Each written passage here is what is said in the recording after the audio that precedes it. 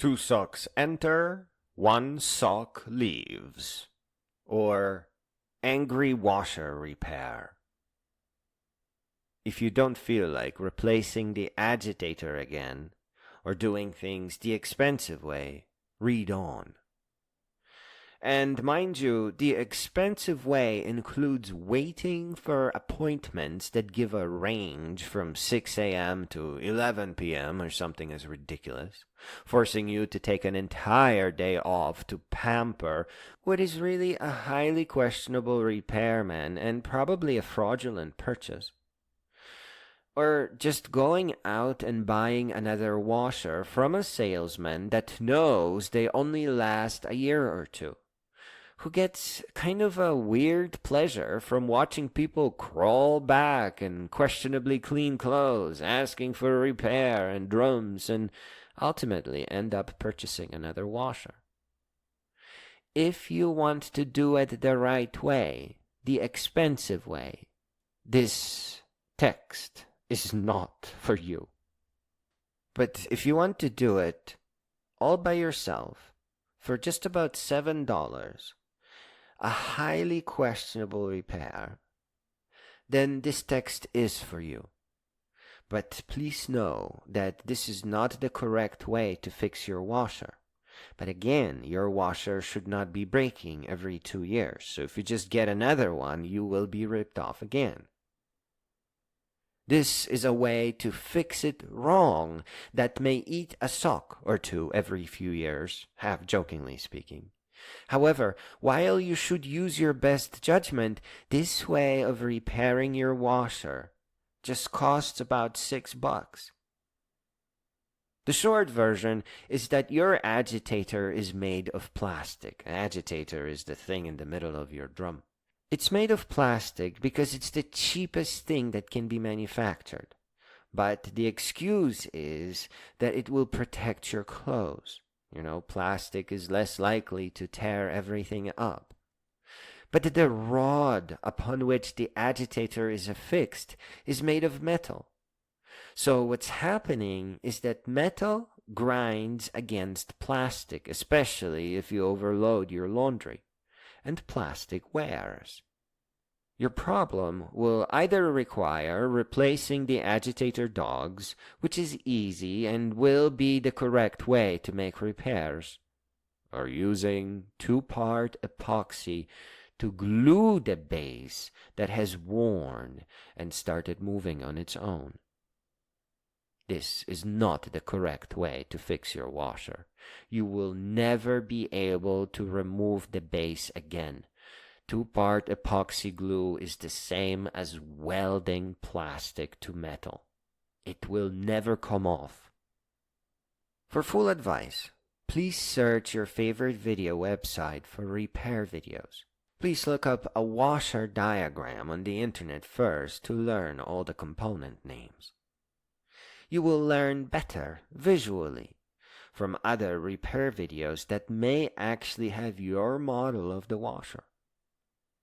My main contribution to your repair is letting you know just this, that the internet is full of detailed repair videos, not just instructions, but videos. What follows is just a long, meandering story with a few anecdotes along the way. It is the philosophy of the internal components and the angry repair that the company wouldn't want you to perform. My apartment has seen 3 washers now. The original, handsome, brown 1980 model. A new one that lasted only a few years before the agitator column stopped spinning. I'm sure that's your problem as well. And the current one, which broke just this week. Maybe 2 years after installation. How long are we supposed to put up with it? How long are we supposed to pretend that there is a correct way to fix the washer? How many times will we have to listen to the engineer that said the plastic parts are precisely manufactured to fail at the correct PSI to protect your clothes? Come on. Come on. Let's just fix this crap and move on with our life. The new one had its agitator fail again. I own a top-loading model where the agitator extends full length of the drum. It is a good idea. The clothes not only rotate back and forth, but also up and down. The agitator is full length of the drum because it's actually two agitators. The base that rotates left, right, and the upper screw that gently pulls the clothes up, making them travel up and away to the side wall, making a circle. So, yeah, that's a pretty cool way to wash your clothes. If it didn't fail all the time, it would be worth the money. But please, don't buy another washer. No one should need to buy a washer every few years. Therefore, I decided to investigate what the heck is going on. I unnecessarily looked under the washer first, and I made sure I don't get squished. I tested that the belt seemed new, and that there was no plastic residue from any gears that might have just gotten torn up like crazy. Plastic residue on the bottom could be a big problem, as that may mean the plastic gears sheared off. There's some kind of a gearbox or something. Though I had seen one video where a person just ended up gluing them anyways. Look up part names in a diagram and search around, please. Even if you have broken gears on the bottom, there may be some way to fix it. If you do have a top-loading full-column agitator like me, there are two problems that can happen. As the agitator comes in two parts, the base, which should spin, but not freely. This means when you spin the base by hand, you should feel that you are actually turning the motor beneath. So it's attached to the actual motor gear and belt. So you will feel the motor moving. If it feels flimsy, if it moves left and right, then that means your washer agitator is probably not spinning, because it's no longer attached to the shaft that is supposed to go back and forth. The connection between the motor rod coming up from the bottom and the plastic base that actually agitates the water left and right simply sheared off, likely due to overloading your washer or the age of your washer. So the motor shaft tried spinning once, but the clothes prevented it from moving, and the connection between the iron shaft and the plastic base simply failed. There are some matching grooves there in plastic and the metal shaft, but come on, it's plastic. When the motor jerks for 2 years trying to agitate the water, and the plastic can't move easily, the plastic grooves will get erased, sheared off, just by the metal rod. It's like drilling in plastic. The plastic base stands no chance. It is designed this way. Wow. The top can fail too. The top is seated on the base, and it looks like a ship screw.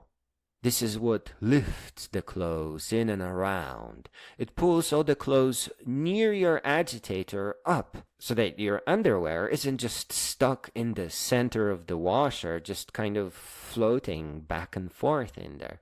Instead, it travels in circles and left and right. But you don't want to have a ship screw trying to propel your favorite silk shirt, right? It would tear them right up. So it comes at a price. The top agitator has a stupid trick. The top only moves in one direction. The top screw can only move forward and never backward.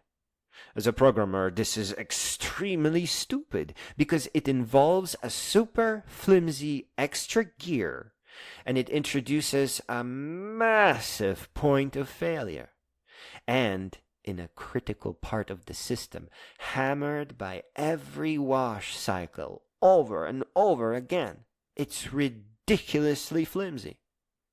The gear accomplishes the one-way rotation by these almost rubbery four plastic parts called agitator dogs. If your washer, during a cycle, can't gently pull something up with the top of the column, the ship propeller, it will destroy the rubbery agitator dogs, because they are so flimsy. They are meant to fail if something is stuck in your washer. The gear fails, and there is no more moving clothes up. When the agitator dogs are broken, and they look like tiny little candies, then the top part will move freely left and right. Not the cup, but the actual screw. So you gotta grab the screw by the ears and check if it's moving. During a wash cycle, that means as your base and the central motor-connected iron rod moves clockwise, the top agitator propeller will not move along. It will just sit there. It will not pull up and around your clothes. You're basically not really washing them. The bottom agitator will move things back and forth, sloshing the water, but the top agitator will just sit there, broken. I like to live extremely dangerously, so I did something super stupid. I took the lock assembly that's screwed to the lid, I unscrewed it, and I plugged it into the washer lock, so that I could keep the lid open and see what's going on in the washer. I was performing an investigation. I needed to see what was failing. But you don't need to do that. You just need to check if the top thing, the ship screw, stops when moving in one direction and continues moving when moving in the other. It's only supposed to go one way. So, I'm sorry to say this, but your washer may be broken right now, because you wouldn't really notice that the agitator dogs snapped and the top part isn't rotating clothes around. How would you know? Your clothes will still come out fresh-ish. So, if you have a top-loading model with a full column rising from the bottom of the drum to top, you have to test it with your hand right now. Gently grab the top agitator by the ship screw and see if it rotates both ways. The top cup, where you add fabric softener, that is just a flimsy little cover that will rotate. So grab the top agitator by the ears, by the screw. If it does move both ways, the agitator dogs are broken and you have not been fully washing your clothes. They do not get pulled up and around to the side. It is a little known fact that they are called agitator dogs, not because they are part of the upper agitator, oh no, but because they have been designed to agitate you.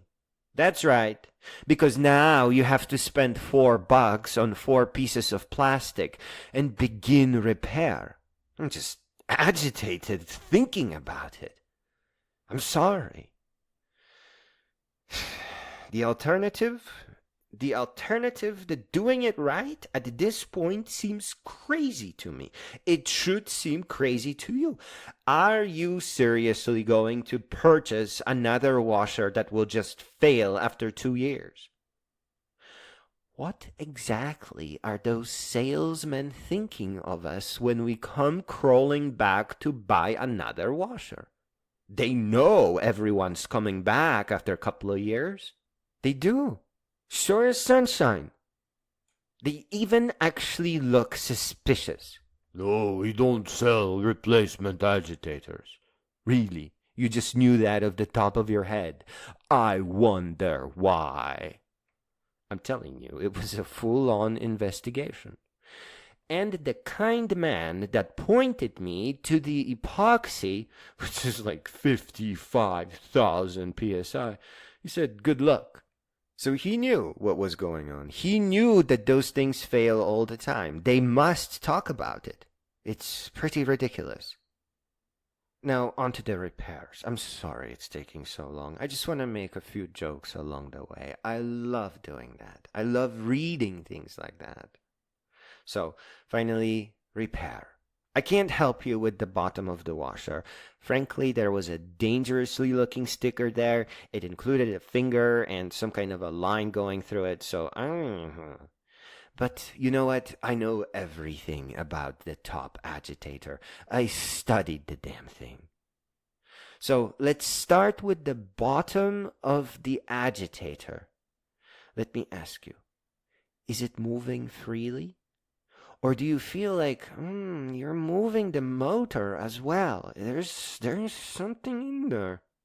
If the thing feels flimsy, if it doesn't feel solid, if it just kind of like wobbles back and forth as if it was a broken piece of plastic, yeah, you should consider your bottom agitator broken, because it's just about ready to fail. That plastic, if it's already moving, it's already almost done. The bottom agitator must work hard at sloshing the water. Right? It doesn't actually rotate. It moves a little bit forward and a little bit back, so it's protecting your clothes from being like wrapped around the agitator. It just goes slosh, slosh, slosh, slosh. If it feels flimsy, it's not sloshing that water. It needs the help of the motor. If it just moves around, then you're not washing your clothes. Now, let's move to the top. If it moves both ways when you grab it by the screw, by the ears, get some agitator dogs and go watch videos about replacing the agitator dogs in your washer. You need to see how flimsy the damn thing is. I mean, that thing is not connected. You just kind of put them in there and then snap this base and it's supposed to hold. The thing is just basically loose. But listen, if your base doesn't feel flimsy, if it's actually rotating the motor, replacing the dogs will only take 3 minutes. Pull up the fabric softener cup. There's a seal with an O-ring. Pull that up, maybe with a tool, maybe a piece of wire. It's just a piece of plastic with some rubber around it. What you will see is the damn dog gear. You should be able to see plastic bits around the soap gunk that got in there despite the O-ring. If that is your problem, unscrew the screw at the center. I'm sorry, because this is actually a lot harder than it sounds if your bottom agitator is broken and moves freely, because you have no way to grab that metal shaft, right?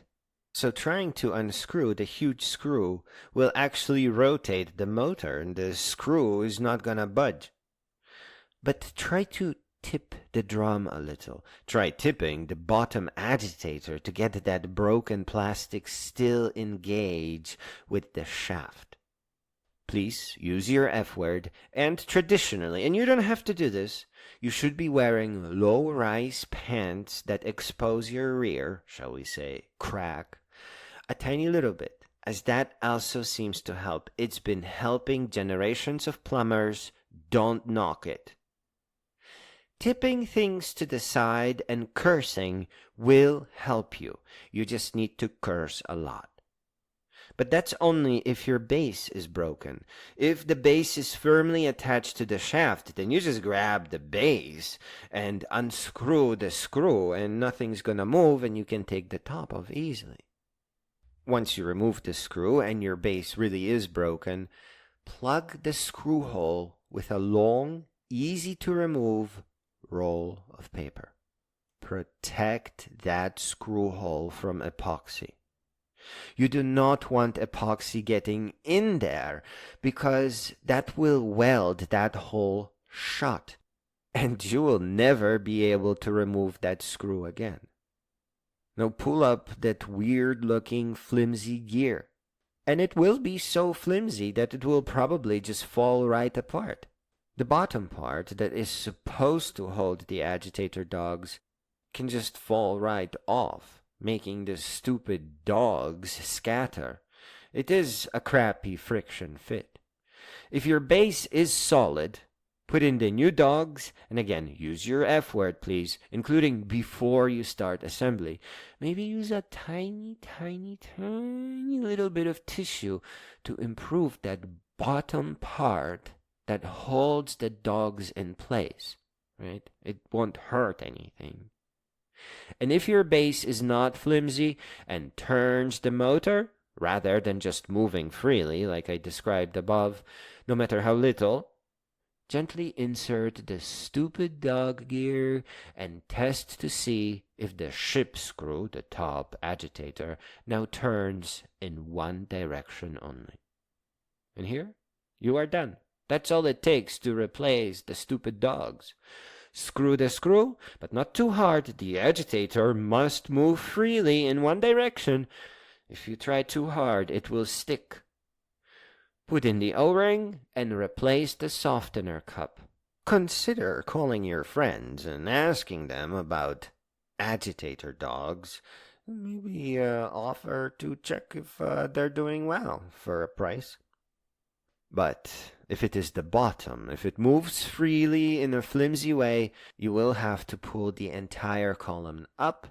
So after undoing the screw and removing the stupid agitator dogs, pull up the top agitator and set it aside, and then lean into the drum and pull up the bottom agitator. You will see plastic debris on the steel shaft. Use a brush to clean it off. Clean the inside of the bottom agitator, best you can. The roughness of the damaged plastic will actually help the epoxy stick harder. And you will need epoxy with the highest PSI. It should cost about $6. Don't take any chances. The stuff is toxic, so don't breathe it in. Use a fan, mix up the two parts, and apply it to the degreased shaft. You gotta clean it off. All the soap has to go. You probably don't need to add the epoxy inside the agitator base. Despite the damage, it is still a pretty gosh darn tight fit, so epoxy will squeeze out either way. And you don't want too much epoxy squeezing out. Again, protect that screw hole. Make sure that you have that paper in there, and slowly put the base on the steel shaft. Watch your eyes. The epoxy will squeeze out. Clean the top of the plastic, whatever squeezed out around the paper in the hole that you are protecting, and wait for the epoxy to cure. That base will now be permanently attached to the metal shaft. Epoxy is not a glue. Epoxy is a frightening thing. It really sticks. You were supposed to replace the entire column. You were supposed to call the repairman. But, come on, this is the con. They want you to do that. Now you have a permanent epoxy bond, and you don't have to be part of the gig. You are no longer a mark in the system that is selling flawed washers. But again, you will never, ever remove that base again. It will not come off. Remember to keep that screw hole clean. If epoxy gets in there, you shouldn't wait for the epoxy to cure. If you do, you will never be able to put the screw in, as the epoxy will get into the screw thread. I told you to put a roll of paper in there, but no, who does that? Whatever, right? So if you got epoxy in there, you need a way to clean it, reliably so, or just put everything together right now. In the future, you will never be able to replace those dogs. If you epoxy the screw in place, you will not be able to unscrew the screw.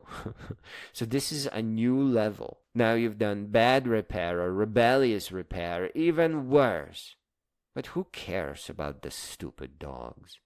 You will need to weld them with epoxy too, meaning that the top column will not move anymore. It's not going to move just one way. It will always spin with the base. Who cares? It won't tear up your clothes, but this is not optimal. If stuff gets stuck, it will be the plastic gears in the bottom of the washer that will crack. There are probably plastic gears in there, though I haven't seen them.